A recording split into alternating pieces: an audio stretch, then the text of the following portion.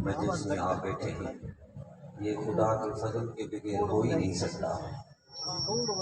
صحبت کیا ہے، محبت کیا ہے، اس طریقے عالیہ میں ہمارے جو خواجہ بہاؤالدین نقشبند بخاری رحمۃ اللہ علیہ اس سلسلے عالیہ کے سالار ہیں، آپ نے فرمایا اس سلسلے عالیہ میں دو میم نہیں ہیں، ایک محنت نہیں، ایک محرومی نہیں، یعنی کہ دست بکار دل بیار ظاہر مخلوق است باطن خدا است۔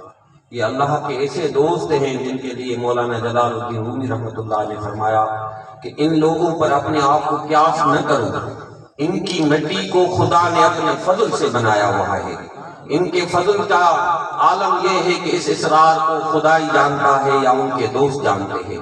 ان کے ظاہر کو دیکھ کے بھی یہ سمجھو نہ سمجھو، حضرت خواجہ محمد زمان لوائی رحمۃ اللہ علیہ کے نقشبندی سلسلے کے بہت بڑے بزرگ گزرے، آپ فرماتے ہیں اولیاء اللہ کے ظاہر کو جس نے دیکھا وہ گمراہ ہو گیا، اور جس نے اس کے باطن کو پہچانا تو وہی اس معرفت پہ پہنچا۔ کبھی کبھی اولیاء اپنی حکم خداوندی کے تحت، اپنے اسرار کے تحت، اپنی معرفت کے تحت ان کے ظاہر سے ایسے معاملات رونما ہوتے ہیں جو ظاہر کی نہیں بدل سکتا۔ یہ اولیاء اللہ کیا ہے؟ حضرت امام ربانی مدر منافسانی شیخ احمد سرندی رضی اللہ تعالیٰ عنہ کا یہ عرس کا مہینہ ہے، سفر کا مہینہ ہے۔ آپ مکتوبات شریف میں فرماتے ہیں اے طالب یہ سن لے، رات کی بڑی بڑی ریاضتیں، مجاہدے، محنت، چلہ کشی، جتنے بھی ذکر اذکار ہیں، تیرے دل سے دنیا کی محبت ظاہر نہیں ہو سکتی۔ ایسے مرد کلندر کی صحبت میں بیٹھ جا جن کی دلوں میں خدا نے اپنے فضل و کرم سے دنیا کی محبت ظاہر کر دی ہے۔ جب تو ان کے مجلس میں بیٹھے گا، تو اس کے محفل میں بیٹھے گا، اور تیرا ظاہر بھی ان کی طرف متوجہ ہوگا اور تیرا باطن بھی ان کی طرف متوجہ ہوگا، تو اللہ اپنے فضل و کرم سے تمہارے دلوں سے دنیا کی محبت کو ظاہر کر دے گا۔ ورنہ یاد رکھیے نفس جو ہے، نفس اتنی شرارت کرتا ہے جو بڑے بڑے اولیاء کو اس نے، بڑے بڑے اولیاء کو جنہوں نے بڑی بڑی محنتیں کی، بڑی بڑی ریاضتیں کی، بڑی بڑی مشقتیں کی، ان کو بھی نہیں بخشا۔ اور ہم ہیں جو ہمارا نفس کہتا ہے کہ ہم نے اپنی اتنی ریاضت کر لیے، اتنی محنت کر لیے، اتنا علم حاصل کر لیا، اتنی کتابیں پڑھ لیے، اتنی محفلیں جو ہے صحبت اختیار کی ہیں، ابھی ہمیں ان صحبت کی ضرورت نہیں ہے۔ یاد رکھ حضرت خواجہ عبد اللہ رحمۃ اللہ علیہ جو اس سلسلے عالیہ کے شہنشاہ ہیں، آپ وہ ہستی ہیں جنہوں نے فرمایا کہ اگر ہم پیری کرنا چاہیں تو روئے زمین پہ کوئی پیر کسی کو مرید نہیں کر سکتا۔ یعنی ہمارا تصور اتنا ہے کہ کسی کو پیر کو طاقت نہیں ہے تو کسی کو مرید کر سکے۔ آپ اس مقام کے فائز ہوتے ہوئے بھی جب ایک دن اپنے خلفاء کے ساتھ بیٹھے ہوئے ہیں، اپنے مریدین کے ساتھ بیٹھے ہوئے ہیں، تو آپ نے فرمایا، حدیث میں آتا ہے کہ جمعے کے دن ایک ایسی گھڑی میسر ہوتی ہے جب دعا قبول ہوتی ہے۔ اے میرے مریدوں، اے میرے خلفاء، بتاؤ اگر آپ کو یہ گھڑی میسر ہو جائے تو تم کیا دعا کرو گے؟ تو کسی نے کیا معاملہ کہا، کسی نے کیا کیا، تو ایک خلیفہ نے عرض کیا حضرت اگر آپ کو یہ گھڑی میسر ہو جائے تو آپ کیا دعا کرو گے؟ تو آپ نے فرمایا میں اللہ تعالیٰ سے دعا کروں گا، یا اللہ مجھے اپنے کسی دوست کی صحبت عطا فرما۔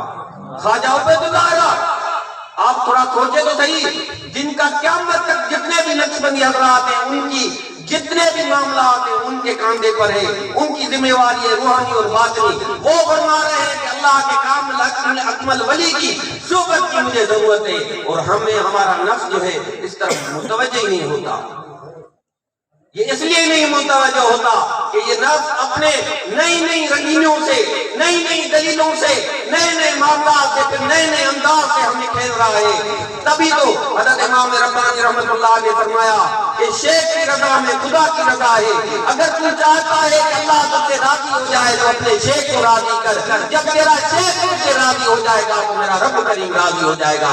اور یاد رکھ اپنے ظاہر کو بھی شیخ کی طرف متوجہ رکھ اور اپنے باطن کو بھی شیخ کی متوجہ رکھ۔ اس لیے شاہ عبداللطیف بٹائی نے فرمایا کہ وے جائی دور کے دور بودا سکھری کہ جڑن تجھتے کہ وسن نمو۔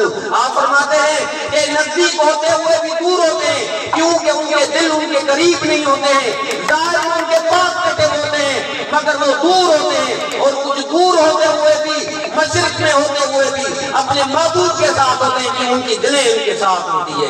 تو یاد رکھے طالب، جب تو اپنے قلوب ان کی طرف متوجہ کرے گا تو پھر خدا کا ایسا فضل ہوگا، ایسی رحمت ہوگی، ایسی نورانی بارش ہوگی جس کا تو تصور بھی نہیں کر سکتا، اور پھر تو خدا کا ایسا طالب بن جائے گا۔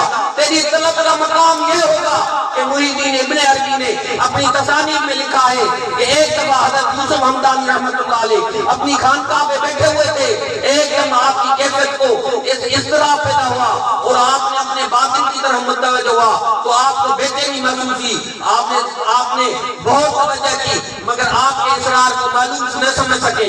پھر آپ نے کیا کیا، اپنی سواری لی جو اس وقت گدھے پہ تھی، آپ خانقاہ سے نکلے اور آپ گدھے پہ چڑھ گئے اور آپ نے فرمایا یہ گدھا جس جگہ رکے گا ہم وہاں رکیں گے اور ہم دیکھیں گے کہ آج اسرار الہی کیا ہے۔ یہ یوسف ہمدانی رحمت اللہ علیہ جو حضرت شیخ عبد القادر جیلانی رحمت اللہ علیہ کے مشائخ میں ہیں، یہ حضرت یوسف ہمدانی رحمت اللہ علیہ جو ہمارے پیر و مرشد دادا پیر حضرت شیخ عبد الخالق عثمانی رحمت اللہ علیہ کے پیر و مرشد ہیں، یہ حضرت یوسف ہمدانی رحمت اللہ علیہ جن کے خلیفہ شیخ احمد یخنی ہیں، جن کو آپ نے ترکمستان بھیجا تو پوری روئے زمین پہ آپ انٹرنیٹ پہ بھی دیکھیں کہ ان کو پیر ترکمستان کہا جاتا ہے، وہ ان کے شیخ ہیں حضرت یوسف ہمدانی رحمت اللہ علیہ۔ آپ نے فرمایا ہم جب اپنی سواری پہ جا رہے تھے ہم نے کہا ہماری سواری جہاں بھی رکے گی ہم وہاں رک جائیں گے اور ہم اس رات کو مطلع ہو جائیں گے کہ اللہ تعالیٰ نے آج ہمارے ساتھ کیا معاملہ ہے۔ آپ نے دیکھا کہ وہ سواری ایک مسجد کے باہر دروازے میں کھڑی ہو گئی، آپ مسجد کے اندر داخل ہوئے تو دیکھا ایک طالب ہے جو اپنی روحانی کیفیت میں بیٹھا ہوا ہے، آپ سمجھ گئے، آپ ان سے سلام کیا، آپ نے ان کے اسرار پوچھے، اس نے کہا میرے ساتھ روحانی معاملات کچھ ایسے ہیں مجھے رہنمائی چاہیے تھی۔ تو اس طالب کو آپ نے رہنمائی دی اور آپ نے فرمایا جب تجھے اے طالب جب تجھے ہماری ضرورت پڑے تو تو ہمیں اس طرح ہمیں پریشان نہیں کر، تو ہمارے خانقاہ پہ آ جایا کر۔ تو اس نے فرمایا اس طالب کی دیکھو محی الدین ابن عربی نے لکھا ہے، اس طالب نے کہا ہے یوسف ہم اس کے عشق میں اتنا فنا ہے جب اس کی طرف متوجہ ہوتے ہیں اور ہمیں ضرورت پڑتی ہے تو ہر پتھر ہمارے لیے یوسف ہو جاتا ہے، ہمارے لیے وہ ہر پتھر یوسف ہو جاتا ہے۔ یعنی خدا کا طالب ایسا جب بنتا ہے تو یوسف ہمدانی جیسی ہستی بھی ان کے پاس پہنچ کر اس کی طلب پوری کرتی ہے۔ اس لیے ہمیں یاد آ رہا ہے خیبر ایجنسی میں منڈی کا کھجوری میں مجھے یاد آ رہا ہے کہ میرے مرشد کریم حضرت اخوندادہ مبارک سیف الرحمٰن رحمت اللہ علیہ سلطان الاولیاء آپ ایک بار درس فرما رہے تھے، درس فرماتے ہوئے آپ نے فرمایا کہ اللہ تعالیٰ نے داؤد علیہ السلام کو فرمایا اے داؤد جو میرے طالب ہیں ان کے خادم بن گیا۔ تو آپ نے اس کی شرح کی کہ نبی داؤد علیہ السلام اتنا جلیل القدر نبی ہے، اس کو حکم ہو رہا ہے کہ طالب کے خادم بن جا، تو اللہ آپ نے فرمایا اس کے خادم بننے کا مقصد ہے کہ اس کی طلب پوری کر۔ تو یہ جب خدا کے طالب بن جاتے ہیں تو اللہ کا فضل و کرم ہوتا ہے۔ طالب اگر مشرق میں ہوتا ہے اور شیخ مغرب میں ہوتا ہے تو وہی اس کی رہنمائی ہوتی ہے، وہی رہبری ہوتی ہے۔ تو اے طالب یاد رکھ تیری طلب کا، تیرے انداز کا، تیرے ظاہر کا، تیرے باطن کی جائے کا تیرا شیخ ہے، تیرے شیخ کی ظاہری صحبت تیرے لیے ضروری ہے۔ حضرت امام ربانی مجد الافسانی الشیخ احمد سرندی رضی اللہ تعالیٰ نے جو 1000 سال کے مجدد ہیں، آپ نے بار بار ہر جگہ اپنے شیخ کو اتنی مفلسی سے پکارا ہے، اتنی مفلسی میں مکتوب لکھا ہے اور اپنے آپ کو کم ترین کہا ہے۔ اور ہم لوگ ہیں جو کچھ کتابیں پڑھ جاتے ہیں، کچھ صحبتیں حاصل ہو جاتی ہیں، ہمارا نفس ہمیں نئے انداز سے، ہمیں نئی اٹکل بازی سے، نئے طریقے سے ہمیں دھوکے میں لے آتا ہے۔ تو یاد رکھ ان نفس کے جو دھوکا ہے، کسی نے پوچھا کسی اللہ کے کامل اکمل ولی سے، کسی طالب نے پوچھا کہ میرے شیخ میرے نفس نے مجھے بہت تنگ کیا ہے، میں کیا کروں؟ آپ نے فرمایا آپ اپنے نفس کو اپنے شیخ کے حوالے کر دیں۔ تو اے طالب جب تو اپنے نفس کو باطنی طور پہ اپنے شیخ کے حوالے کر دے گا اور بیچ سے نکل جائے گا تو شیخ جانے تیرا نفس جانے، پھر اللہ اتنا فضل و کرم کرے گا کہ تیرے نفس کو بھی اطمینان میں کر دے گا۔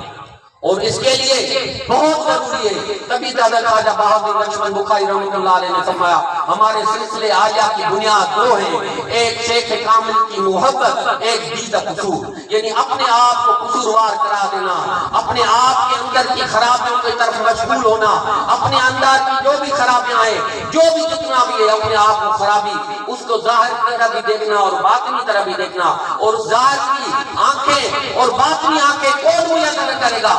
شیخ کامل کرے گا. ورنہ شیخ کی ہستی اتنی ہے کہ آپ جہاں جائیں جس وقت جائیں.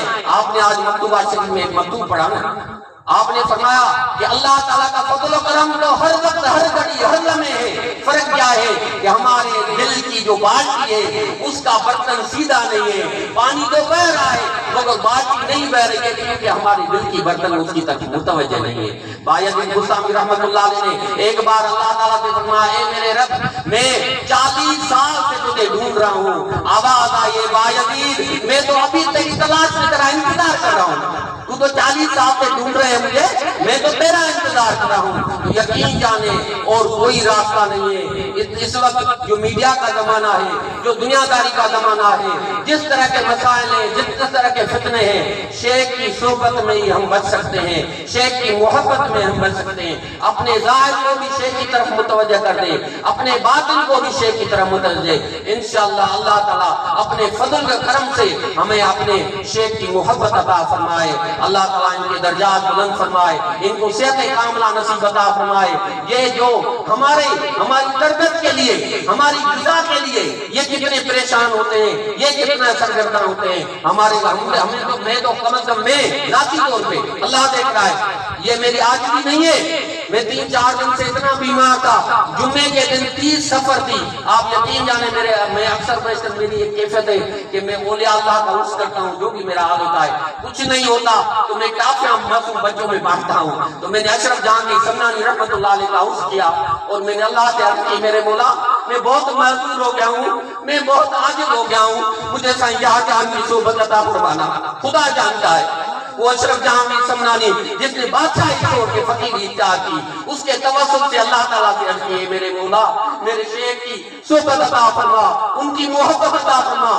جہاں جس جگہ ہو جہاں ان کا ذکر خیر کرے. پیر مٹھا سے لڑکانے والے آپ فرماتے ہیں کہ آپ کے پاس ایک طالب آیا، اس نے کہا حضرت آپ کی تصور شیخ بہت کر کے تھک گیا ہوں، جہاں جاتا ہوں تصور کرنے کی کوشش کر رہا ہوں مگر تصور پیر و مرشد نہیں ہو رہا. آپ نے فرمایا 2 کام کر، ایک جہاں پہ جس جگہ پہ اپنے مرشد کی باتیں کر، ان کے مناقب بیان کر، ان کے احوال بیان کر، تو تجھے میری تصور شیخ سے جو نسل ہوگا. اور اپنے پیر بھائیوں سے محبت کر، ان کے قلوب کو اپنے قلوب کی طرف متوجہ کر دے. اللہ ہمیں ان الفاظ پہ حقیقت عطا فرمائے، ہمیں عمل کی توفیق عطا فرمائے. وما علینا الا البلاغ.